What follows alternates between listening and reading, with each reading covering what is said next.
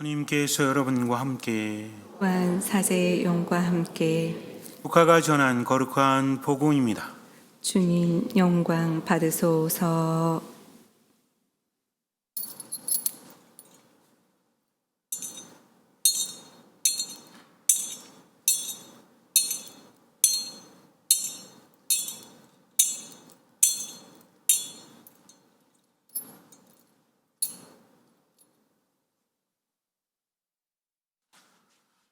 그때 예수님께서는 성령으로 가득 차 요르단강에서 돌아오셨다.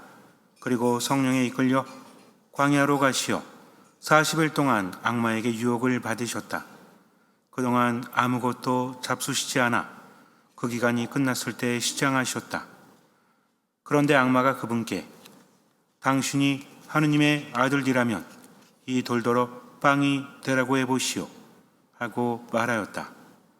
예수님께서 그에게 대답하셨다. 사람은 빵만으로 살지 않는다고 성경에 기록되어 있다.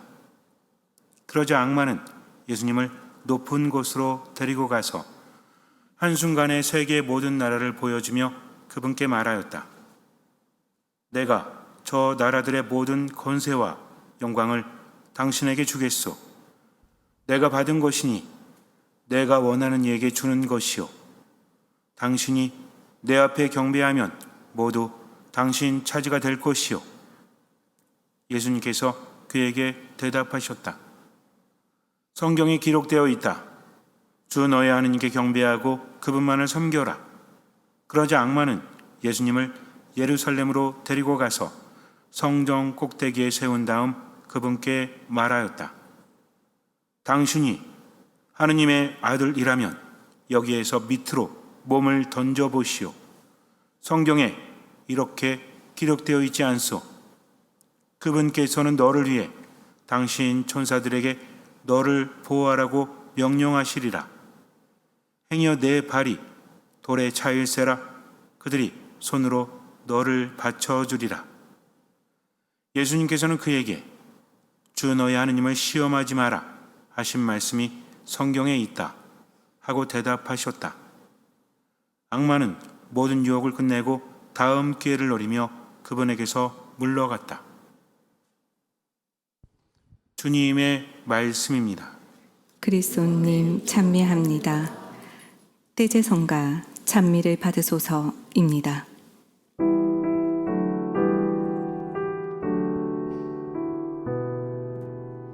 찬미를 받으소서.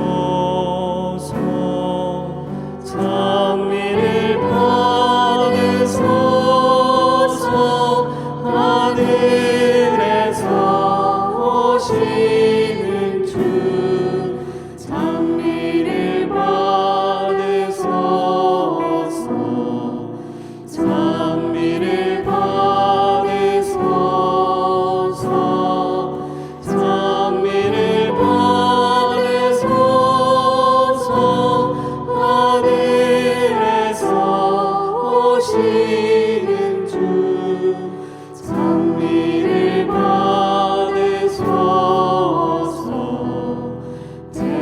Benedictus qui veni, Benedictus qui veni, in nomine, in nomine, in nomine Domini. Benedictus qui veni, Benedictus qui veni, in nomine, in nomine, in nomine Domini. 믿음 생활에서 중요한 것 중에 하나가 바로 기도입니다. 기도는 여러 가지 종류가 있죠. 어떤 기준에 따라 나누느냐에 따라서 달라질 수 있지만 일반적으로 염경기도, 묵상기도, 관상기도라고 우리가 부릅니다. 염경기도는 기도소에 나와 있는 거죠. 공동체의 기도도 염경기도에 속합니다. 염경기도만 잘하면 되는 것이 아니라 그 다음에 묵상기도라고 있어요. 묵상 기도는 나의 지력을 통해서 들여다보고 느껴보고 그 안에서 많은 것들을 깨닫는 거죠. 보통 성경 말씀을 묵상하면서 그 안에 들어가 보는 것이 기본입니다. 그 다음에 관상기도라고 해서 하느님께서 이끌어 주시는 기도다.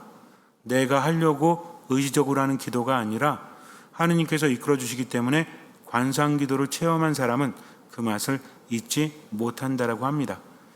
하지만 관상기도는 노력에 의해서 되는 것이 아니라 순수히 하느님의 선물이요 은총이기 때문에 아무에게나 주어지지는 않습니다. 누구나 관상기도를 하고 싶어 하죠. 그 느낌이 너무나 좋으니까 몸과 마음과 영혼과 정신으로 느낄 수 있기 때문입니다. 그런데 어떤 기도를 주로 하고 있는지가 중요하긴 하지만 관상기도는 차치하고 해도 내가 원한다고 해서 할 수 있는 건 아니니까. 그러나 묵상기도를 잘하면 관상기도의 기쁨을 느낄 수 있어요. 중요한 거는 염경기도를 그냥 수준 낮은 기도로 만들고 있는 것은 아닌가 한번 묵상해 봐야 합니다. 제가 또 묵상이라는 단어를 사용했는데요. 묵주기도도 염경기도죠. 근데 묵주기도는 묵상기도죠. 무엇을 묵상합시다라고 하죠.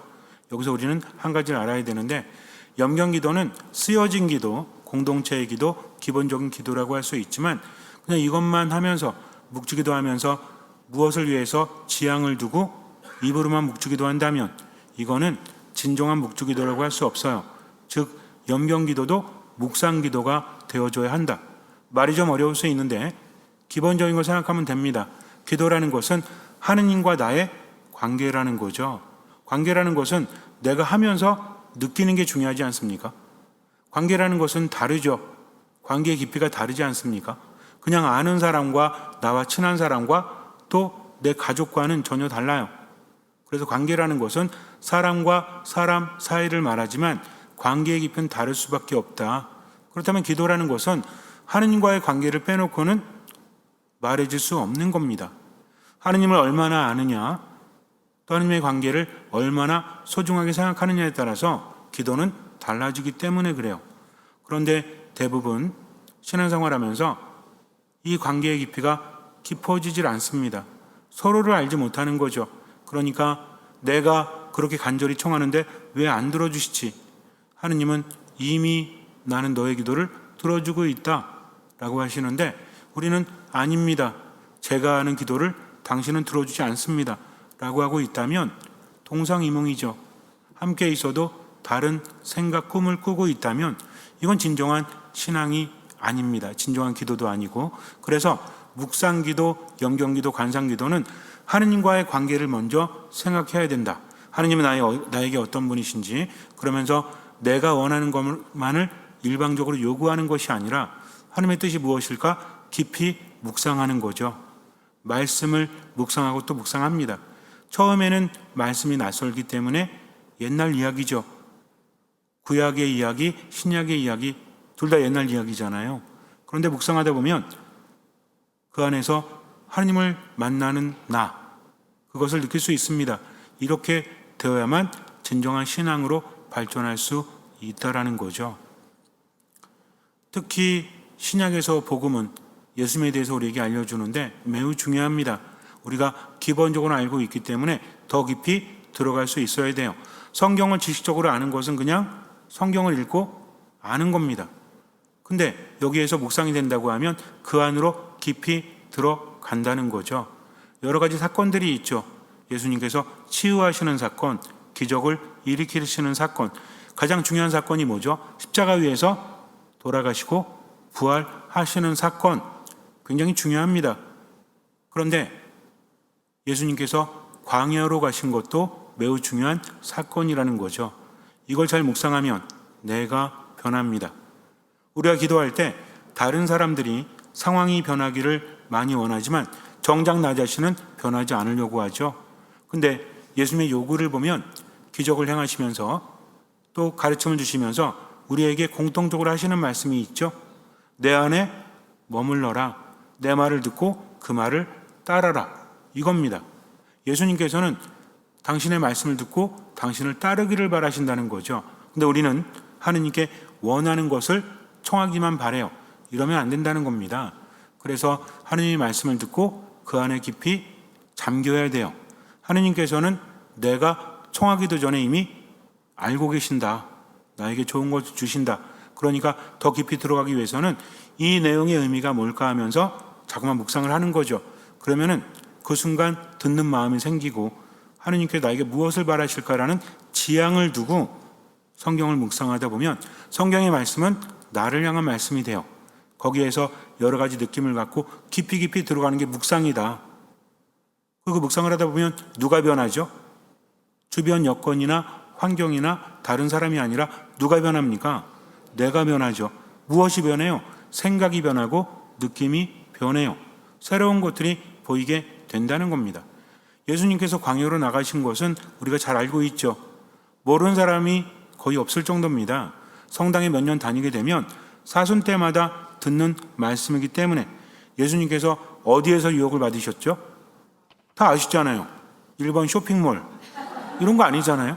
광야라는 곳입니다. 그렇다면 광야가 뭔지를 알아야 돼요. 공간복음에서는 똑같이 이야기하고 있어요. 공간복음이라는 것은 마테오, 마르코, 루카복음을 말합니다. 공간이라는 것은 함께 본다는 뜻이죠. 그래서 비슷한 구절이 많아요. 같은 사건에 대해서도 다르게 이야기하는 경우도 있고 함께 이야기하는 경우도 있는데 함께 바라보기 때문에 그래서 마테오나 마르코나 루카복음이 무엇을 강조하는지를 흐름으로 알아야 한다는 겁니다. 일단 공통적인 게 있어요. 여러분들이 아셔야 될 것은 광야로 가셨다. 근데 혼자 가신 게 아니라 어떤 이끌림에? 누구의 이끌림에? 1번 내비게이션, 2번 성령, 성령의 이끄심에 광야로 가셨다는 거죠. 혼자 가신 게 아닙니다. 성령의 이끄심에 성령과 함께 가셨다는 거죠. 성령은 하느님이시죠. 여기서 한 가지, 예수님은 온전한 인간으로서 광야로 가시는 겁니다. 그분은 온전한 하느님이시자 온전한 인간이신데 세상에 오셔서는 완전한 인간으로 활동하셔야 됩니다. 그분은 능력이 있으십니다. 기적의 능력이. 그렇다고 해서 칼로 찔리면 안 아프고 이런 게 아니에요. 하느님의 말씀으로 기적을 행하시죠. 그래서 뭐라고 하십니까? 루카복음에서 마귀를 쫓아낼 때 무엇으로 쫓아낸다? 하느님의 1번 손가락, 2번 좀 그렇다. 2번 발목, 3번 없어. 하느님의 뭐요? 자, 1번 손가락, 2번 발가락은 좀 그렇잖아요. 발목, 3번 없어요. 몇 번일까요? 아직도 확신이 안 섭니까? 이 셋 중에 답이 있어요. 1번 예수님께서 말씀하십니다. 내가 무엇으로 마귀를 쫓아낸다면 하고 말씀하십니다. 1번 하느님의 손가락, 2번 하느님의 발가락은 좀 그렇죠, 그죠? 발목, 3번 없어요. 몇 번이에요? 3번이에요? 나는 없어요로 마귀를 쫓아낸다면 말이 됩니까? 몇 번이에요? 1번이죠. 하느님의 손가락으로 라고 말씀하십니다. 즉 예수님께서 기적을 행하시는 것은 본인이 그렇게 하지만 하느님의 능력으로 그렇게 하신다. 그러나 세상을 살아가는 것은 인간으로 살아가시는 거죠. 여기에 대해서 루카복음은 아주 자세하게 우리에게 이야기해 줍니다. 마테오복음, 마르코복음, 루카복음을 보면 마르코복음은 아주 간단하게 말해요. 근데 마테오와 루카복음은 예수님께서 광야에서 어떤 일을 겪으셨는지 우리에게 자세히 말해주는데 흐름이 좀 달라요. 일단 루카복음은 자세히 말합니다. 40주야를 밤낮으로 단식을 하셨기 때문에 몹시 시장하셨다라고 우리에게 전해주고 있다는 거죠. 즉 예수님의 인간의 나약함을 말해주고 있는 겁니다. 그때 누가 와요? 1번 사탄, 2번 방문 판매 없어요. 몇 번이에요? 사탄이요, 사탄. 근데 여기에 대해서 사탄이라 말하기도 하고 악마라 말하기도 합니다. 데모니아, 데몬, 사탄, 사탄이 어떻게 해석하느냐에 따라 다른데 사탄과 악마는 같기도 하고 다르기도 해요. 제가 어떤 기회가 되면 말씀을 드리겠지만 요 중요한 게 아닙니다. 어쨌든 뭐 루치펠, 베엘제불, 그 다음에 데몬 이런 것들은 조금 다른 전성을 갖고 있기도 하지만 같은 전성을 갖고 있기도 합니다. 교회 가르침은 뭐냐면 사탄은 실제한다. 요건 믿어야 되는 거죠. 그 외에는 오랜 시간 전송을 통해서 칠제종에 따라서 사탄이 나누어지기도 합니다. 이런 것들은 우리가 너무 흥미로 접근하기 때문에 사실은 너무 관심을 가지면 그 중요한 맥락을 잃어버릴 수도 있어요. 중요한 거 아닙니다.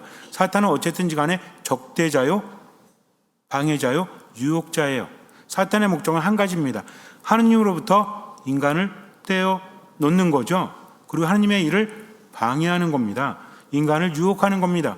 그 목적은 하느님 안에 머물지 못하도록 어쨌든 사탄이 옵니다. 예수님이 약해진 때를 노리는 거죠. 그리고 세 가지 유혹으로 예수님을 걸려 넘어지게 하죠. 근데 예수님은 걸려 넘어지지 않습니다. 잘 아시겠지만 돌로 빵을 만들어 봐라. 근데 앞에 뭐라고 하죠? 당신이 하느님의 아드님이라면 이 돌을 빵으로 만들어 보시오. 예수님은 능력이 있습니다. 근데 사탄이 앞에 까는 게 있죠. 당신이 하느님의 아들이라면 강조합니다. 그리고 마태오복음과 루카복음은 순서가 그 다음은 달라요. 첫 번째 똑같은데 두 번째, 세 번째가 달라요. 마태오복음은 성전 꼭대기에 먼저 데려가서 뛰어내려 보라고 합니다. 하느님의 아들이라면 천사가 지켜줄 거 아니냐고 하면서 성경을 인용합니다. 시편 90편 또는 91편 이게 좀 달라요. 70인역을 따르느냐 그런데 여러분들이 보통 보는 성경에선 시편 91편의 내용이 나옵니다. 천사들이 지켜준다는 거죠. 근데 하느님의 아들이니까 더 지켜줄 거 아니냐. 더군다나 여기가 어디예요? 예루살렘 성전 꼭대기죠. 성전에 누가 계십니까? 하느님이 계십니다. 그렇다면 하느님의 아들이 거기서 뛰어내린다면 하느님이 안 지켜줄까요? 이거는 예수님에게 엄청난 고뇌입니다. 왜? 그분은 인간의 길을 가셔야 되기 때문에 당신 안에 하느님의 힘이 분명히 있죠. 이 힘을 발휘할 수 있어요. 그리고 정말 내가 하느님의 아들이니까 당연히 그렇겠지 라고 말할 수도 있어요. 이거 죄라고 말할 수 없죠. 나쁘다고 말할 수 없어요. 근데 중요한 건 하느님의 뜻이 아니라는 겁니다. 예수님께서 뭐라고 하시죠? 하느님을 시험하지 마라. 세 번째가 뭐예요? 높은 산으로 예수님을 데리고 가서 나에게 경배하면 내가 받은 세상의 권력과 권한을 넘겨주겠다라고 말합니다. 이게 마태오복음의 흐름이에요. 근데 루카복음은 두 번째, 세 번째가 바뀝니다. 아주 중요한 의미가 있어요. 예수님은 고뇌합니다. 왜? 그분은 배가 고프시니까. 그분은 인간적인 나약함을 지녔기 때문에 배신당하면 아픈 거죠. 몸에 상처가 나면 그분도 아프신 겁니다. 이렇게 나약함을 가지고 있었다는 거죠. 근데 세 번째 유혹이 뭐였죠? 루카복음에서는 바뀌었다고 했죠. 성전 꼭대기에 예수님을 데리고 갑니다. 그리고 하느님의 아들이라면 뛰어내려 보시오 라고 하는 것은 단순한 유혹이 아니에요. 어쨌든 예수님은 사탄을 말씀의 힘으로 이겨내시죠. 예수님은 어떤 능력이 있으셨죠? 사탄에게 야, 썩 꺼져. 그럼 사탄이 꺼지겠죠? 당연합니다. 근데 예수님은 그런 능력을 발휘하지 않으십니다. 무엇으로 이겨내십니까? 하느님의 말씀으로 아주 겸손하게 대응하셨다는 거죠.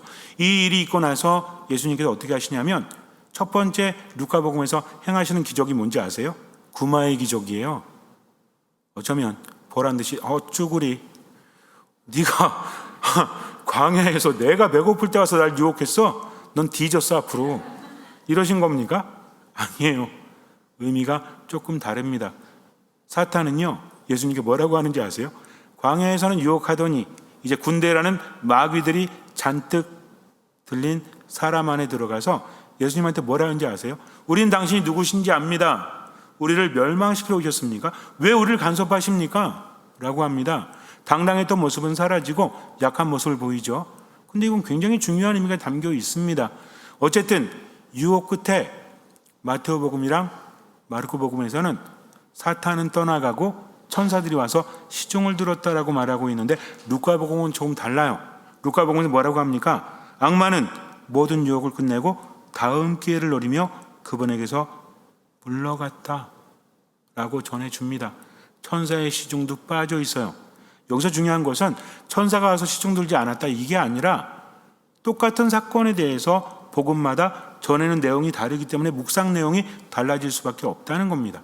만약에 마테오, 루카 또는 마르코 복음사가가 컴퓨터 앞에 앉아서 타자를 쳤다면 좀 더 자세히 아마 복음이 길어졌을 거예요.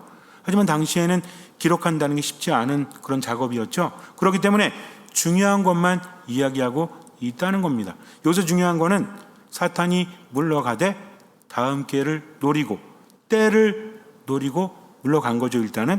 그리고 그때가 되면 다시 돌아옵니다. 성경 몇 장에 있죠? 루카복음 몇 장에 사탄이 돌아온 게 나오죠? 예전에 그랬던 어떤 분이 대답하시더라고요. 아마 제가 모르는 또 다른 복음을 알고 계시지 않나라고 생각을 했는데 안 나옵니다. 그래서 저는 이런 생각을 해요. 니코스 카잔사키스가 그리스도의 최후의 유혹이라는 것을 이것을 보고 쓰지 않았나. 99.9% 확신합니다, 저는. 왜? 그는 성경을 잘 알고 있었거든요. 그리고 나서 그 기록을 하지 않았는가. 마지막 유혹이 언제 오죠? 특히 그리스도의 유혹이라는 책을 보면, 니코스 카잔사키스가 쓴 책을 보면 마지막 유혹이 언제 오죠? 아주 유혹의 절정, 클라이막스가 어디에 옵니까? 예수님의 십자가상에서 돌아가시기 전에 그때 예수님께서 어떤 일을 하시죠?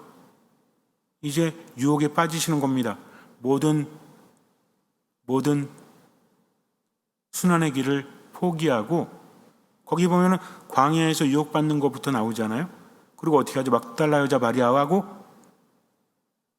결혼을 하죠. 그리고 평생을 살아가다가 결국은 다시 깨닫게 되고 돌아오는 내용. 이게 중요한 게 아닙니다. 그건 뭐 한 사람의 작품이기 때문에. 뭐 이런 게 있었기 때문에 여러분들 옛날에 다빈치 코드라는 게 나왔을 때 되게 신기했죠? 역사 안에서 이게 얼마나 많았는지 아세요? 지금 광고를 잘했기 때문에 뭐 대단한 것처럼 여기지만 그 작가는 대단한 사람 아니에요. 제가 볼 때는 짜집기 천재야, 그냥. 옛날 거 많이 알고 있고 그렇게 한 거죠. 그게 중요한 게 아닙니다. 근데 중요한 게 뭐냐면 십자가 위에서 사건이 조금은 다른데 마테오복음이나 마르코복음에서는 뭐라고 하냐면 저의 하느님 저의 하느님 어찌하여 저를 버리셨나이까. 엘리 엘리 사박타니, 또 엘로이 엘로이 레마 사박타니라고 하잖아요. 어쨌든 이건 좀 말을 다르게 쓴 거지만 어떤 언어를 쓰느냐에 따라 다른 건데 우리말로 해석하면 뭡니까? 저의 하느님 저의 하느님 어찌하여 저를 버리셨나이까. 그런데요, 루카복음에서 뭐라고 하는지 아세요? 아버지 제 영혼을 아버지 손에 맡깁니다. 뉘앙스가 좀 다르죠? 루카복음에서 강조하는 게 뭔지 아십니까? 시장함에도 불구하고 빵이 아니라 하느님의 말씀으로 순명하셨다. 당신에게는 분명히 기적을 향할 힘이 있었음에도 불구하고 아버지의 말씀을 따랐다. 마지막에도 다른 복음에서는 저희 하느님 어찌하여 저를 버리셨나이까 라는 성경 구절을 인용하면서 완전히 버림받음을 표현하고 있죠. 이게 나쁜 표현이라는 게 아닙니다. 인간은 완전히 버림받아줘야 돼요. 죄를 졌기 때문에. 대신해서 예수님께서 그렇게 되셨다는 것을 알려주는 거죠. 근데 루카복음은 뭐라고 그래요? 제 영혼을 아버지 손에 맡깁니다. 끝까지 맡겼다는 겁니다. 그리고 아름다운 내용 하나가 더 나오죠.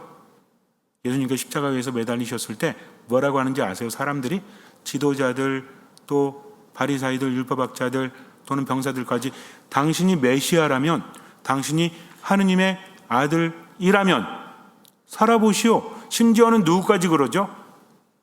함께 달린 죄수 한 명도 뭐라고 합니까? 아니 여태까지 수많은 사람들 살렸잖아요.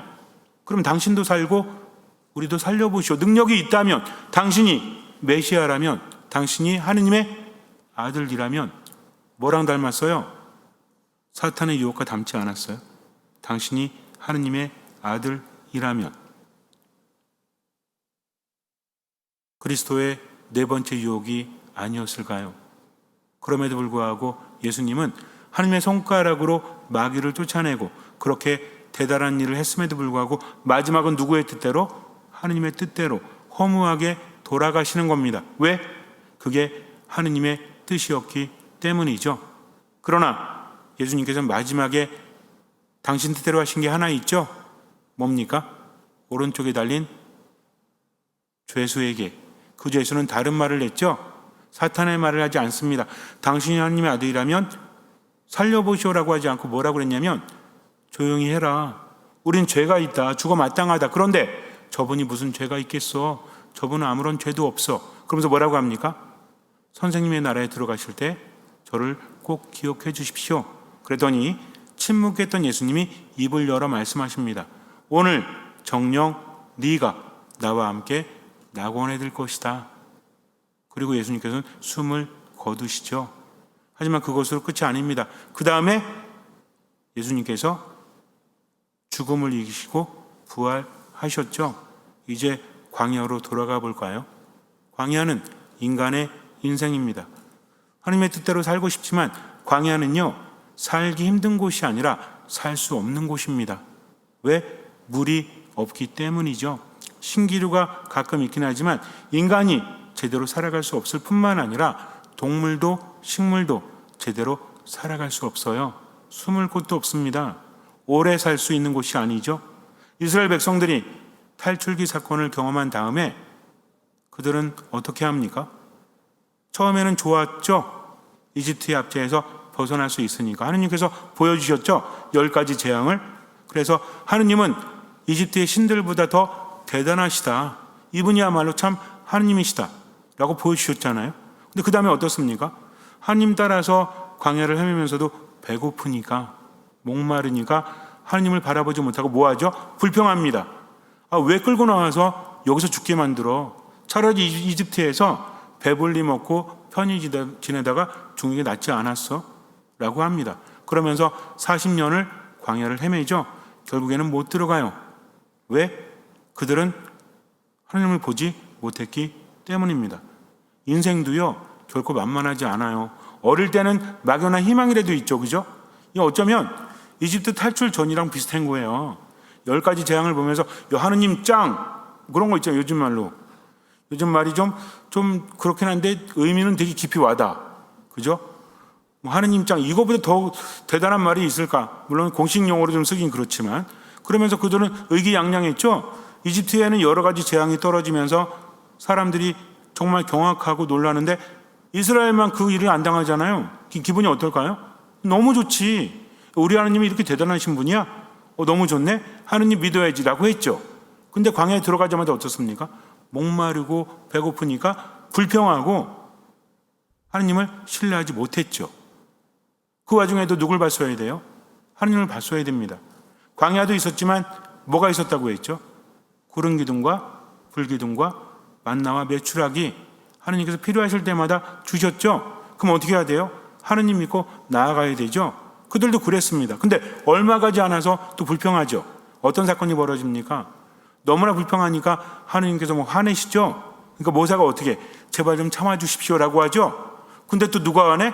모사가 또 화내네. 하느님은 말려놓고 하도 그러니까 진짜 또 딴 사람들이 말리죠. 이게 연속이 되니까요. 물론 그때 당시에 언어로 말하기 때문에 우리의 정서하고는 좀 다를 수 있지만 그러면서 끝까지 그들은 불평을 합니다. 그래서 들어가지 못하죠. 이게 인생이에요. 우리도 마찬가지입니다. 하느님 앞에서는 열심히 기도하고 그래 하느님 뜻대로 기뻐하며 살자, 기도하며 살자, 감사하며 살자라고 하는데 일상생활로 돌아가잖아요. 습관적이야. 못 살겠네. 제길, 짜증. 그 다음에 의사퇴 할 수 없는 말까지도 있잖아요. 그러면서 아무것도 안 해요. 그래서 성당에 오면 또 어때? 하느님 감사합니다. 밖에 나가면 어때? 제길. 이러고 있다면 과연 우리는 광야를 걸어가면서 힘든 것만 보는 것과 똑같지 않습니까? 그래서 누가 오신 거예요? 새로운 모세가 이제는 광야에 누구와 함께 가죠? 성령과 함께 성령의 이끄심에 따라서 갔죠. 40주야를 단식했죠. 이게 40년이에요. 우리들의 인생과 똑같은 광야의 생활입니다. 그리고 성공적으로 어떻게 해요? 사탄을 물리쳐 이기죠. 배고픔에도 불구하고 하나님의 뜻에 순명했죠. 사탄은 뭐 하길 바랬는데? 불순명하기를 바랬는데, 그래서 불평하길 바랬는데 예수님은 어떻게 하십니까? 순명하십니다. 언제까지? 십자가 위에서 죽기까지. 누굴 위해서? 우리를 위해서. 이게 뭔지 아십니까? 광야를 프리패스한 거야 이제. 우리는 40년 동안 안 헤매도 돼요. 근데 중요한 게 있습니다. 길을 놓으셨는데 그 길을 가야 돼요 우리가. 그럼 어떻게 하면 돼요? 이제는 광야를 보면서 인생이 힘들다 괴롭다 이게 아니라 누굴 바라보면 되죠? 예수 그리스도. 그분이 대신해 주셨으니까. 그러니까 힘들어도 괴로워도 아파도 힘들어도 이제는 안 울죠? 왜? 옛날에 그런 노래 있지 않았어요? 외로워도 슬퍼도 나는 안 울어 참고 참고 또 참지 울긴 왜 울어. 누구 노래죠?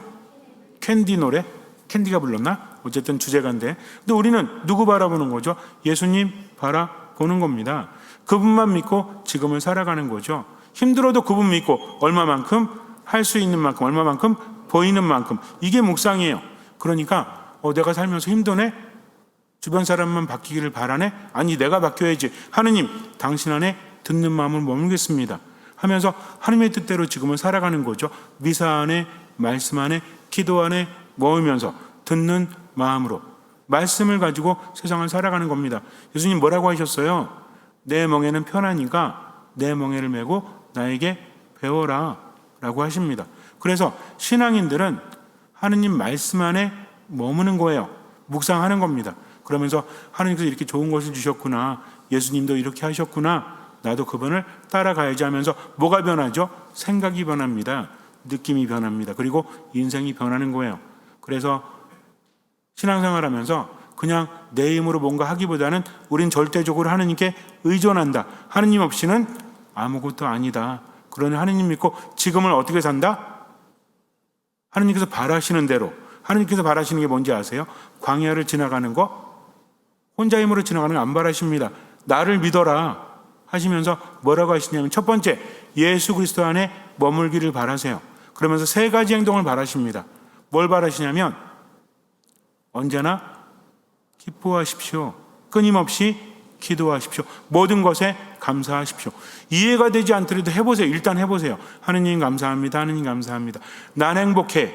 하느님 때문에. 하느님 때문에 난 행복해. 나는 기뻐해. 그러면서 주님 제가 깨달을 수 있도록 듣는 마음을 주십시오 하면서 기도하는 겁니다. 그러면 그때부터 내가 변하고요, 세상은 변할 수밖에 없어요. 근데 아무리 외적인 것을 바라고 받아도 내가 변하지 않으면 삶은 절대 변하지 않습니다. 그래서 예수님이 내 인생이라는 광야에 오셔서 그렇게 하신 것처럼 나도 그분만큼은 못하죠. 그러나 어떤 이끄심에 따라서, 누구의 이끄심에 따라서? 성령의 이끄심에 따라서. 무엇으로? 하느님의 말씀으로. 그저 언제만? 지금만 살. 나머지는 맡깁니다. 그래서 아버지 제 영혼을 아버지 손에 맡깁니다 라고 말씀하신 예수님처럼 우리도 힘들 때 이 고통을, 이 괴로움을 하느님께 맡기고 지금만 살겠습니다 하세요. 하느님은 내버려두지 않으십니다. 잠시 눈을 감으세요. 어쩌면 삶이 너무 힘들어서 제 영혼을 아버지 손에 맡깁니다, 말씀대로 지금은 살겠습니다 하면서도 더 힘들어질지 몰라요. 그러나 죽을 때까지도 판단하지 마십시오. 죽지 않습니다. 그분께서 함께 하십니다. 하느님만 믿고 듣는 마음으로 지금을 살아가십시오. 예수 그리스도 안에서 언제나 기뻐하고 끊임없이 기도하고 모든 것에 감사하면서 사십시오. 주님께서 함께 하십니다. 그것만 믿으십시오. 주님께서는 그 믿음을 보시고 우리 삶에 놀라운 기적을 일으켜 주실 것입니다. 아멘.